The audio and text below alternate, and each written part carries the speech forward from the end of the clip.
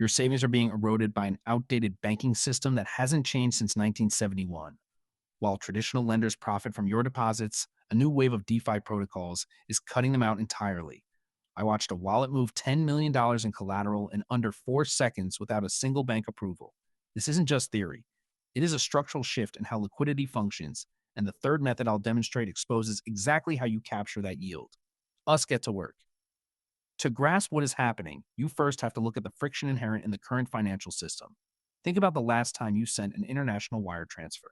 You pay a fee, you wait 3 to 5 business days, and the money passes through 3 different intermediary banks before it finally lands in the recipient's account. Every single one of those stops takes a cut of your time and your capital. This is the world of legacy finance, a system built on manual reconciliation, slow clearinghouses, and opaque ledgers. Now, consider the alternative. In the world of DeFi, you do not have a bank acting as an intermediary. You have smart contracts, code that executes automatically when specific conditions are met. Imagine removing the human element, the branch manager, and the clearinghouse entirely. That is the promise. So, how does this actually play out in the real world for you today? Let us start with your first, most accessible win, decentralized lending markets. You are probably used to savings accounts paying you a fraction of a percent in interest. Meanwhile, the bank turns around and lends your money out for mortgages or credit cards at much higher rates. They pocket the spread. In DeFi, you can interact directly with protocols like Aave or Compound.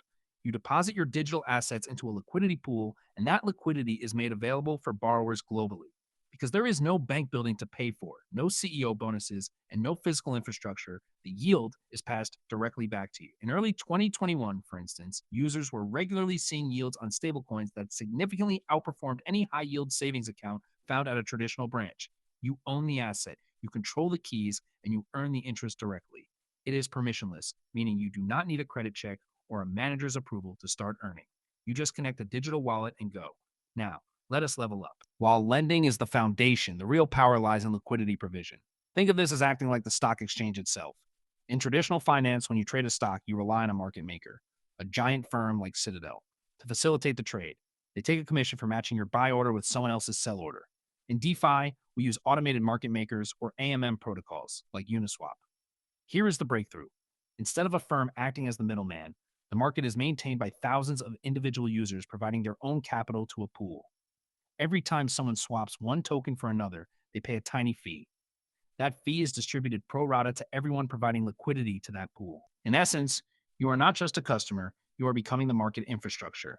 I have a friend who started providing liquidity on a decentralized exchange in late 2022. He realized that by selecting pools for highly traded assets, he could capture a consistent stream of trading fees that compounded daily. Unlike a savings account where your capital is static, here your capital is working actively every second of the day. If this is clicking for you and you are starting to see the shift, consider subscribing to the channel. I cover these shifts every single week, and I have something even more powerful coming up next that really changes the game. All right, now for the part I have been saving for you. We have talked about lending and we have talked about liquidity, but the real replacement for traditional banking is something called RWA, or real world asset tokenization. This is the bridge between the digital blockchain world and physical reality. Right now, massive financial institutions like BlackRock are beginning to experiment with tokenizing treasury bills on the blockchain. Why does this matter? It means you can hold a government-backed bond that exists as a token on your phone. You can trade it for other assets at 3 a.m. on a Sunday, instantly, without waiting for a bank settlement. Think about the scale of this. The total market for global real estate and debt is valued in the hundreds of trillions of dollars. Tokenization brings that entire global market onto a platform that operates 24/7 with total transparency. Imagine being able to gain fractional exposure to a prime commercial building in New York or London with your ownership verified by a smart contract rather than a messy stack of paper titles held by a third-party registrar. This is the ultimate de-banking moment. It removes the need for custodians, transfer agents, and central clearing organizations. If you look at the growth of protocols focusing on tokenized private credit, we are talking about billions of dollars moving from centralized, slow systems into efficient, on-chain registries. Let that sink in for a second. The infrastructure of the entire world's financial system is slowly being ported over to a system where you are your own registrar. This does not just make things faster. It makes the entire system more accessible to people who were previously locked out by high minimum investments or geographic barriers. We are witnessing a transition from a world where you have to ask for permission to trade or invest to a world where the protocol is the only rulebook. Once you see how this changes the game, you can never go back to thinking about a bank branch the same way again. So, you have learned about decentralized lending, where you cut out the middleman to earn higher yield.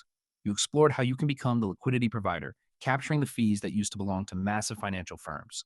And finally, you saw how real world asset tokenization is moving the massive engine of global debt and equity onto the blockchain. This is a massive shift, and you are getting in while it is still the early days. If you found this helpful, share it with someone who needs to hear the truth about where money is headed.